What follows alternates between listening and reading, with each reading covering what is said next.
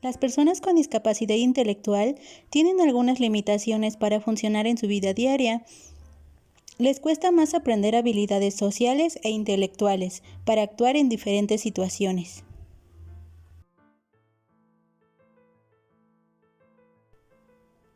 Interrogatorio o anamnesis.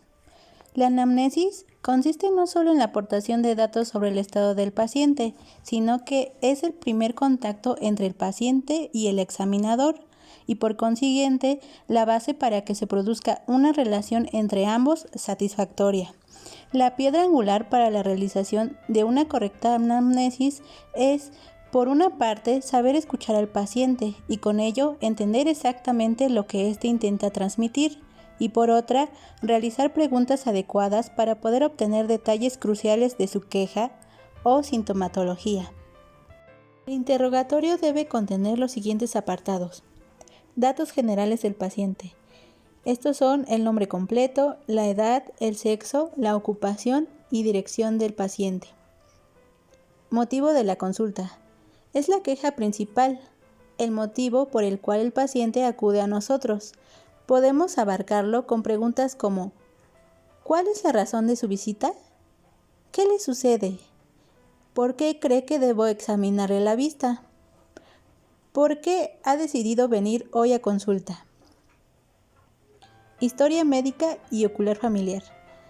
La importancia de este apartado dentro de la anamnesis de un paciente es conocer la posible existencia de las alteraciones hereditarias. Historia médica del paciente.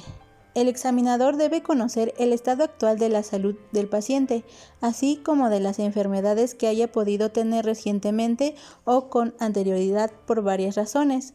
Una de ellas es que las manifestaciones oculares que presente en ese momento puede deberse a enfermedades sistémicas del paciente.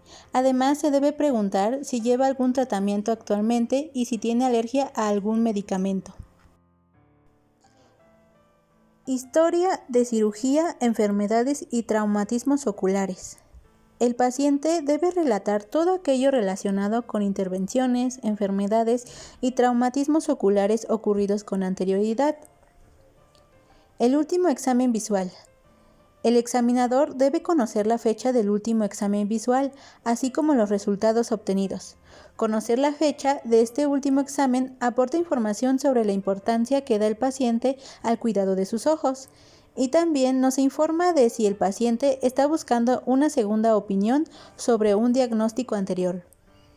Asimismo, aporta información sobre cambios que ha ocurrido con el paso del tiempo y sobre todo información acerca del tipo de tratamiento al que pudo estar sometido el paciente por la época.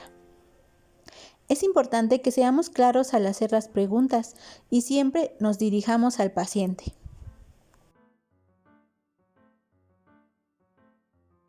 La agudeza visual es la capacidad de nuestro sistema visual para discriminar e identificar nítidamente estímulos visuales o detalles de los objetos. Existen una amplia variedad de tests para conocer los límites de discriminación de detalles o reconocimiento de objetivos.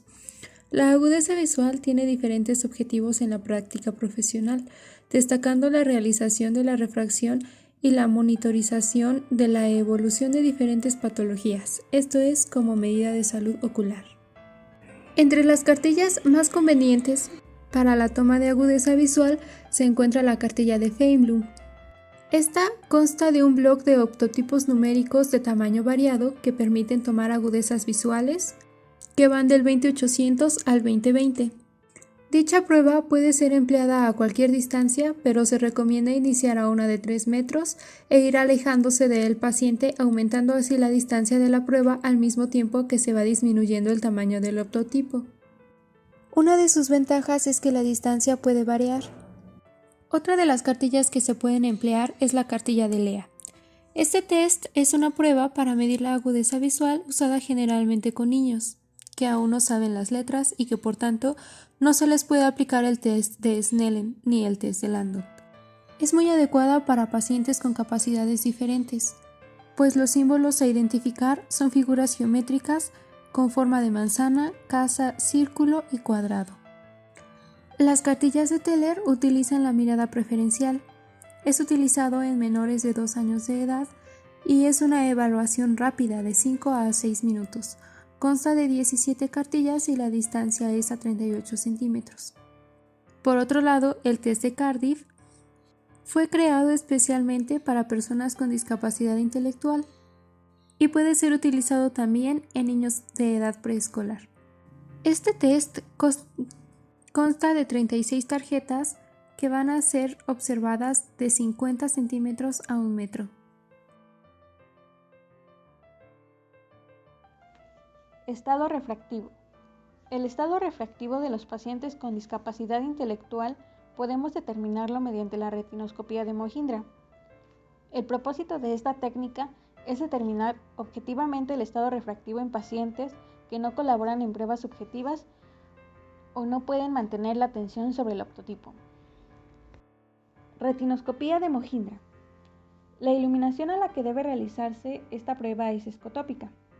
Para proceder, el paciente deberá mantener la atención en la luz del retinoscopio. Este deberá fijarse en un nivel de iluminación mínima. Primero se debe ocluir el ojo izquierdo del paciente, así el ojo derecho deberá fijar la atención en la luz del retinoscopio. Se utilizan lentes sueltas o barras de lentes esquiascópicas para ir neutralizando el error de refracción, primero la esfera y después el cilindro, sin olvidar que el paciente debe fijar siempre su vista en la luz del retinoscopio.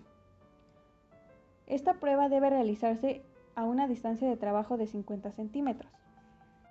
Se considera que las dioptrías de compensación de distancia deben ser de 1.25 dioptrías en niños mayores de 18 meses y de 0.75 dioptrías en menores de 18 meses.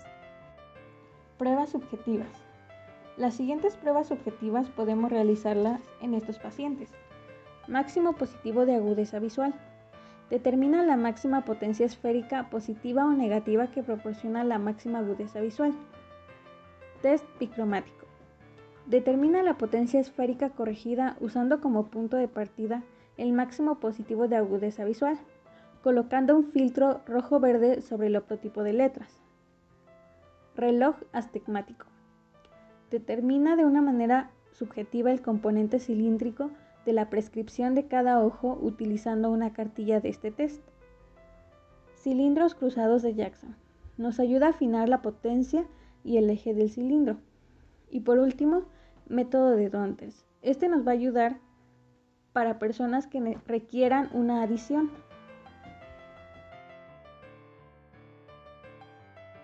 Visión binocular. Para realizar las pruebas de visión binocular necesitamos explicarle con detenimiento al paciente todo lo que vamos a realizar. Como bien hemos visto a lo largo de este video, las personas con discapacidad intelectual tienen algunas limitaciones para funcionar en su vida diaria. Por lo tanto, nosotros tenemos el compromiso de hacerle un examen muy completo y pues explicarle paso a paso todo lo que se va a realizar. La primera prueba de visión binocular que podemos realizar es el cover test. En esta prueba le vamos a pedir al paciente que vea la letra indicada, una línea arriba de su mejor agudeza visual, tanto de lejos como de cerca. Esta prueba nos sirve para diagnosticar forias o tropias. La siguiente prueba que vamos a hacer es movimientos sacádicos y de seguimiento. En esta prueba lo que nosotros vamos a valorar son sus movimientos oculares y diagnosticar si hay algún problema de motilidad. La siguiente prueba es la medida de divergencias fusionales. Cuando empezamos con el eje de 90 grados para medir las divergencias negativas, se inserta prisma de base nasal y para las divergencias fusionales positivas usamos prismas de base temporal. Para la medición de las CAA, medida y calculada, vamos a medir la foria de cerca y agregar un par de lentes de +1, +2 o +3 sobre la graduación del paciente, y sobre esa graduación vamos a medir la desviación nuevamente y comparar las dos medidas obtenidas. La medida del punto próximo de convergencia es otra prueba que podemos hacerla de forma objetiva. Le vamos a pedir al paciente de forma clara y precisa que iremos acercando un punto de fijación hacia su nariz y nosotros observamos cuando se desvíe el ojo.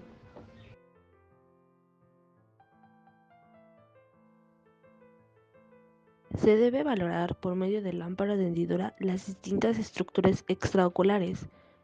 Se debe evaluar los anexos oculares como cejas, párpados, glándulas palpebrales, puntos lagrimales y pestañas.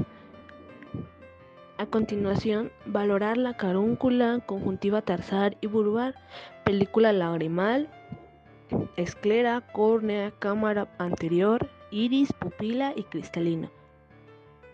Se debe realizar un diagnóstico y tratamiento oportuno para minimizar el impacto negativo en la salud ocular. Sensorialidad. Para una buena visión binocular es imprescindible que ambos ojos sean capaces de fijar sobre el mismo objeto y que no exista ninguna alteración en todo el proceso de captación de la imagen retiniana.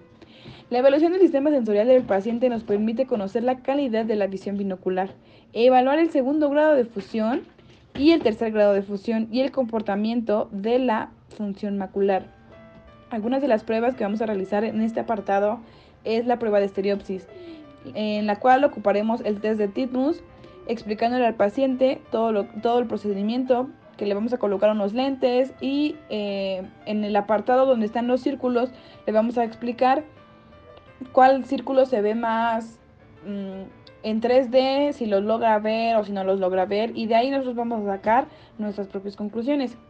La segunda prueba es una prueba de supresión para valorar la supresión y donde vamos a utilizar los puntos de Word, explicando al paciente lo que debe ver, en este caso 2 puntos verdes, uno rojo y uno blanco, teniendo en cuenta que el filtro rojo en los lentes que le vamos a colocar al paciente siempre se van a colocar en el ojo derecho.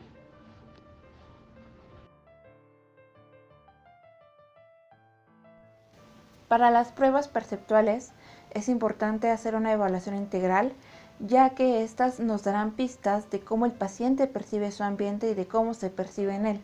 Es importante recalcar, en caso de no saber rehabilitar en percepción visual, canalizarlo con un especialista en terapia perceptual.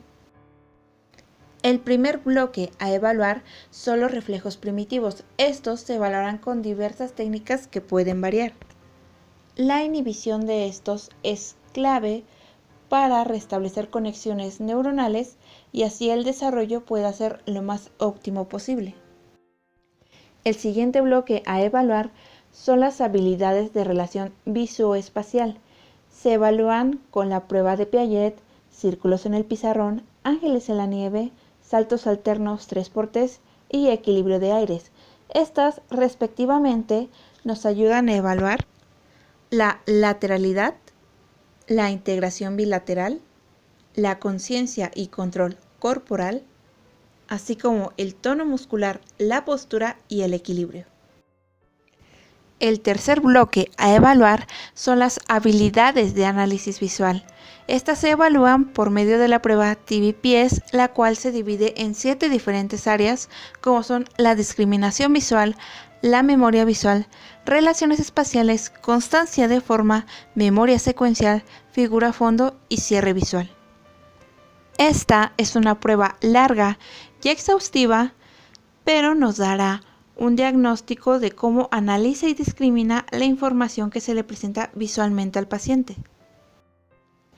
El siguiente bloque a evaluar son las habilidades de integración, por medio de la prueba BMI, la cual junta la percepción visual y la coordinación motora, en donde evaluaremos si estas habilidades funcionan mejor juntas o por separado.